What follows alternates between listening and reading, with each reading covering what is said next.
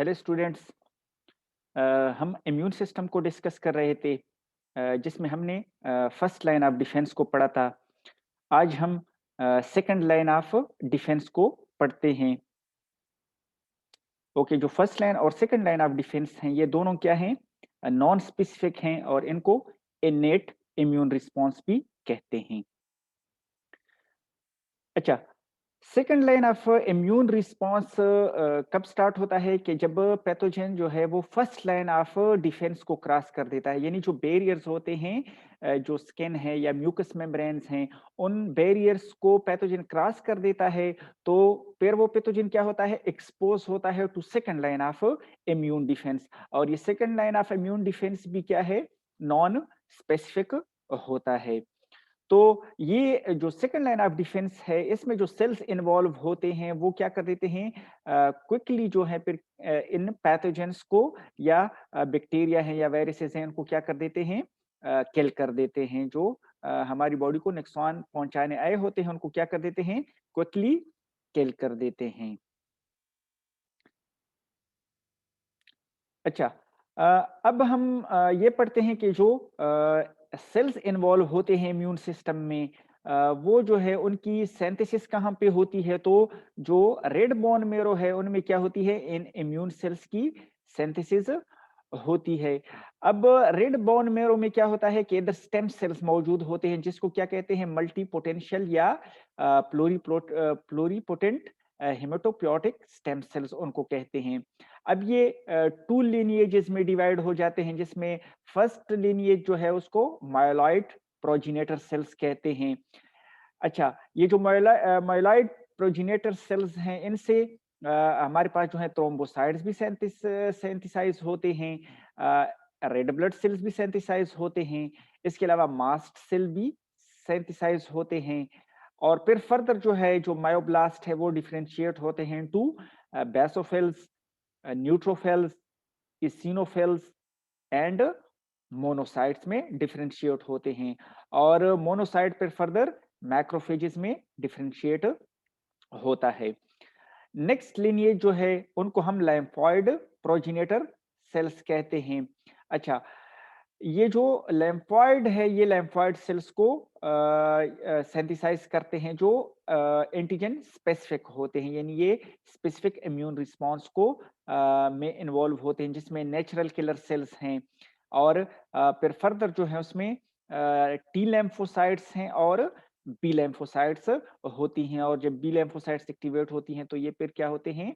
Plasma cells में differentiate होते हैं, जो फर्दर एंटीबॉडीज को रिलीज करते हैं। अच्छा, ये जो हैं वो सेल्स हैं जो क्या होते हैं? सेकंड लाइन ऑफ डिफेंस में इन्वॉल्व होते हैं, जिसमें डेंड्राइटिक सेल्स हैं, न्यूट्रोफिल्स हैं, एसिनोफिल्स हैं, मैक्रोफेजेस हैं, नेचुरल किलर सेल्स हैं, मास्ट सेल्स और बेसोफिल्स होते हैं। इनको हम वन बाय वन डिस्कस करते हैं। अच्छा, जो मोनोसाइट्स होते हैं ये ब्लड में सर्कुलेट करते हैं, ये स्मॉल इन साइज होते हैं और ब्लड में सर्कुलेट करते हैं। इनमें सिंगल न्यूक्लियस होता है। अब जो मोनोसाइट्स हैं ये फिर फर्दर डिफरेंशिएट होते हैं डेंड्रेटिक सेल्स में और मैक्रोफेजेस में डिफरेंशिएट होते हैं। जो डेंड्रेटिक सेल्स हैं, ये जो हैं, ये अगर फॉर एग्जांपल डेंड्रेटिक सेल्स जो हैं ये अगर स्किन में प्रेजेंट होते हैं, तो इनको लैंगरहांस सेल्स भी कहते हैं। इसके अलावा ये नोज, लंग्स, स्टोमक और इंटेस्टिनल ट्रैक में भी जो है ये डेंड्रेटिक सेल्स पाए जाते हैं। इनको डेंड्रेटिक सेल्स इस वजह से कहते हैं कि इनसे जो है डेंड्राइट लाइक प्रोजेक्शंस राइज होती हैं। इनको एंटीजन प्रेजेंटिंग सेल्स भी कहते हैं कि ये इम्यून सिस्टम को क्या करते हैं? एंटीजन को सरफेस पे प्रेजेंट करते हैं।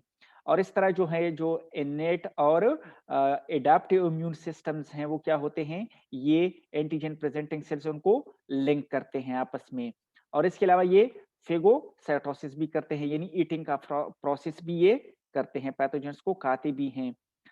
अच्छा, इसके अलावा जो मैक्रोफेजेस हैं, इनको मैक्रोफेज क्यों कहते हैं? क्योंकि ये लार्ज इन साइज होते हैं। जब मोनोसाइट्स टिश्यूज में चले जाते हैं तो ये मैक्रोफेजेस में डिफरेंशिएट हो जाते हैं। ये बड़े सेल्स होते हैं जो क्या करते हैं, फेगोसाइटोसिस करते हैं और इसमें जो है ये क्या करते हैं, जो वायरसेस हैं या बैक्टीरिया हैं इनको एनगल्फ करते हैं। ये भी जो है एंटीजन प्रेजेंटेशन करते हैं मैक्रोफेजेस और क्या कर देते हैं, जो इन्फ्लेमेशन है वो ये इनिशिएट करते हैं जिसमें ये साइटोकाइन्स को रिलीज करते हैं। अच्छा, फिर फर्दर जो मैक्रोफेजेस हैं इनको डिफरेंट ऑर्गन्स में डिफरेंट नाम से जो है पहचाना जाता है या आइडेंटिफाई किया जाता है, जिसमें अगर फॉर एग्जांपल ये मैक्रोफेजेस बोन में हैं तो उधर ये उसको ऑस्टियोक्लास्ट कहते हैं। अगर लंग्स में हैं तो उसको अल्वियोलर मैक्रोफेजेस कहते हैं। अगर ब्रेन में हैं तो इनको मैक्रोग्लियल सेल्स कहते हैं। अगर कनेक्टिव टिश्यूज में है तो इसको हिस्टियोसाइट्स कहते हैं। लिवर में इनको कफर सेल्स कहते हैं और स्किन में इनको लिंगरहान सेल्स कहते हैं। तो ये डिफरेंट नेम से ये जाने जाते हैं। अच्छा, फिर ये फॉर एग्जांपल ये जो मैक्रोफेजेस हैं ये क्या करते हैं, फेगोसाइटोसिस का प्रोसेस करते हैं जिसमें ये पैथोजेंस को एनगल्फ करते हैं। तो अब इस डायग्राम में आप लोग देख सकते हैं कि पैथोजेन को ये क्या कर देते हैं, एनगल्फ कर देते हैं। फर्दर उनको क्या कर देते हैं, अब सेल के अंदर लेके आते हैं सेकंड स्टेप पे। थर्ड स्टेप में उनको क्या कर देते हैं, लाइसोसोम्स और फेगोसोम्स की आपस में क्या होती है, फ्यूजन होती है। तो लाइसोसोम्स इन पे क्या कर देते हैं, एंजाइम्स रिलीज करते हैं और इस पैथोजन को क्या कर देते हैं, डिग्रेड कर देते हैं और इनको क्या कर देते हैं, डीएक्टिवेट कर देते हैं। ठीक है, और इसके अलावा जो है इनको अगर ये जो मैक्रोफेजेस हैं ये इनको सरफेस पे भी प्रेजेंट कर देते हैं, तो इस वजह से इनको एंटीजन प्रेजेंटिंग सेल्स भी कहते हैं। फिर फर्दर हेल्पर टी सेल्स इनको आइडेंटिफाई कर देते हैं।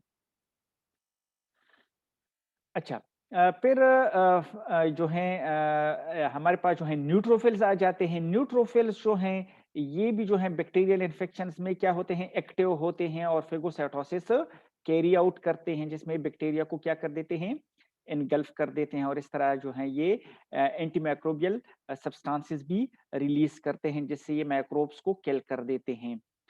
अच्छा, सेकंड नंबर पे फिर इज़िनोफिल्स हैं। इज़िनोफिल्स जो हैं मोस्टली ये पैरासाइटिक इन्फेक्शंस में या एलर्जीज में ये क्या होते हैं, एक्टिवेट होते हैं और ये क्या करते हैं, जो एंटीजन एंटीबॉडी कॉम्प्लेक्सेस हैं ये उनको क्या कर देते हैं, ये इंजेस्ट करते हैं।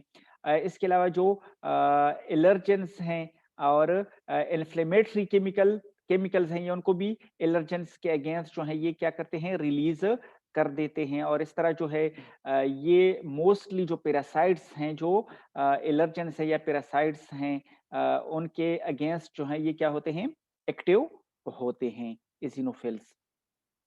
और इसके अलावा जो है फिर फर्दर जो है बेसोफिल्स हैं। बेसोफिल्स भी जो हैं मोस्टली जो चिकन पॉक्स है, सिनुसाइटिस है या डायबिटीज है इसमें एक्टिव होते हैं काफ़ी और ये हिस्टामिन रिलीज़ करते हैं, जो क्या हैं, वेज़ोडाइलेटर्स हैं और हेपरिन्स भी रिलीज़ करते हैं जो एंटीकोगुलेंट्स होते हैं। तो इस तरह जो हैं इन्फेक्शंस में या जो एलर्जिक रिएक्शंस हैं उसमें ये क्या होते हैं, या पैरासिटिक इन्फेक्शन है उसमें ये सेल्स काफ़ी एक्टिव होते हैं। खुसूसन इज़िनोफिल्स जो हैं ये पैरासिटिक इन्फेक्शन में एक्टिव होते हैं, ठीक है? और जो बेसोफिल्स हैं ये एलर्जिक रिएक्शंस में एक्टिव होते हैं। अच्छा, ये फिर मास्ट सेल है। मास्ट सेल जो है ये भी बेसोफिल्स की तरह ही एक्ट करता है, लेकिन इनमें ये देखें कि ये जो है बहुत ज़्यादा एक्टिवेट होता है जब आईजीई एंटीबॉडीज़ आके इसके सरफेस पे अटैच हो जाती हैं। तो फिर क्या होता है कि जब एलर्जेंस एंटर होते हैं बॉडी में तो ये आईजीई एंटीबॉडीज़ इनके साथ बाइंड होती हैं। तो इस तरह जो है ये क्या कर देते हैं, मास्ट सेल को एक्टिवेट कर देते हैं। जब मास्ट सेल एक्टिवेट होते हैं तो इनकी क्या होती है, डीग्रेनुलेशंस होती हैं। इनसे जो है साइटोकाइन्स रिलीज होते हैं, एंजाइम्स रिलीज होते हैं, ठीक है? तो इस तरह जो है ये क्या कर देते हैं, एलर्जिक रिएक्शंस को कैरी आउट करते हैं जिसमें ये आप लोग देख सकते हैं कि जिस तरह स्किन पे ये एचिंग करते हैं, इन्फ्लेम्ड कर देते हैं सेल्स को, या फॉर एग्जांपल जो अगर रिस्पिरेटरी ट्रैक में ये इन्फेक्शन या ये एलर्जिक रिएक्शन होता है तो उधर ये क्या कर देते हैं, रिस्पिरेटरी ट्रैक की कंस्ट्रक्शन करते हैं उनको कंस्ट्रक्ट करते हैं। या फॉर एग्ज़ाम्पल अगर फॉर एग्ज़ाम्पल ये नोज़ में है तो जो साइनसेस हैं उनको इन्फ्लेम्ड करते हैं। इसके अलावा अगर ब्लड वेसल्स पे इनका इफ़ेक्ट होता है तो ब्लड को क्या कर देते हैं, डायलेट कर देते हैं, ठीक है? तो इस तरह जो है टिश्यूज़ में क्या होता है कि फिर फर्दर ब्लड से जो इन्फिल्ट्रेट्स हैं वो आते हैं टिश्यूज़ में, तो एडिमा वगैरह कॉज़ होता है। इसके अलावा जो हैं गैस्ट्रिक एसिड्स भी ये रिलीज़ करते हैं स्टोमक पेन का जो इफ़ेक्ट होता है। तो इस तरह ये जो मास्ट सेल एक्टिवेट होते हैं तो इनके ये इफ़ेक्ट्स होते हैं।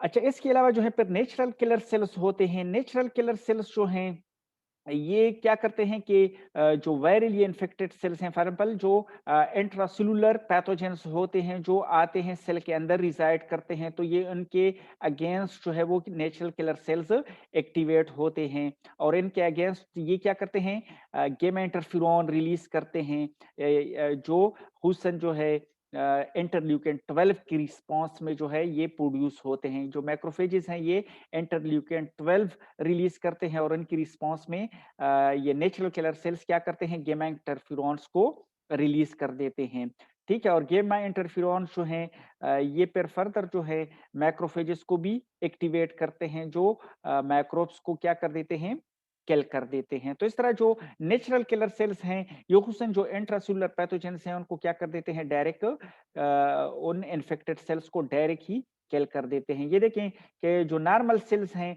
तो natural killer cells normal sales को आइडेंटिफाई कर देता है कि ये नॉर्मल सेल होता है।